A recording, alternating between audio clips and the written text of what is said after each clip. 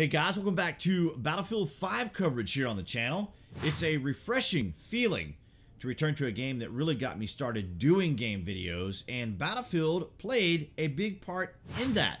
This week we had a chance to check out Battlefield 5 beta, although I've not had a lot of time to really dive into more of the nuances that I've been reading about in the forums and or watching on YouTube videos. I'm just happy to be covering a game that has an actual launch date. If you're new to the channel, I've been covering Daybreak games nearly exclusively for the last 4 years, so I'm very energized to be covering a beta that I know will soon lead to a release date.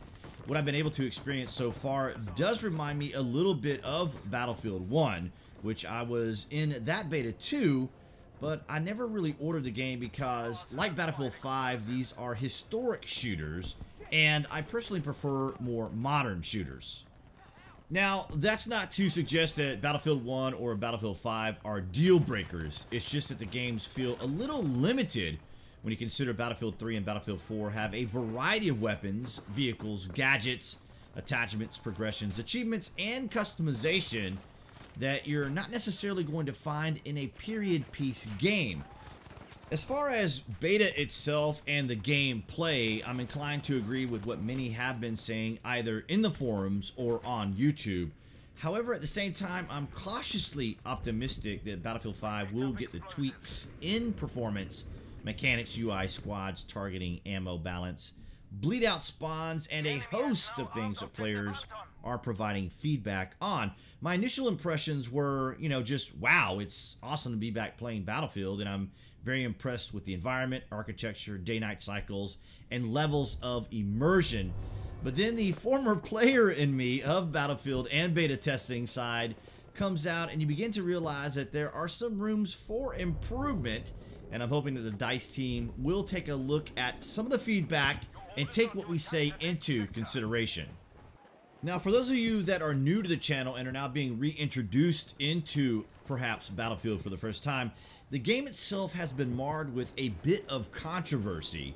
This is something that I've covered in my Friday vlogs, and I'm not entirely surprised that real-life politics and ideology has crept in, as we're currently going through a rather hypersensitive period spawned by social media outrage mobs who are actually very small groups trying to appear larger than they really are. And sadly, companies, businesses, and communities want to at least make an effort to appease these groups, but sadly it comes across as contrived, or what is known as virtue signaling. With all that aside, I'm happy to be back covering Battlefield, and I'm hoping to get a little more playtime into this beta and just get a better feel for what the game has to offer. I have pre-ordered, but like I said, I was really hoping for a modern shooter, so at this point I'm just going to be cautiously optimistic and see what DICE does with all the player feedback and see what direction they're going to be going in. And that's going to wrap it up for this introductory look at Battlefield 5. I'm hoping to get more playtime in during this beta so I can get a better feel for what we can expect out of the game. To ensure you're getting Battlefield 5 coverage, click on that channel watermark you see appearing on the screen and click that bell to set up your notifications. That way you'll get all the latest gameplay and information on DICE and Battlefield.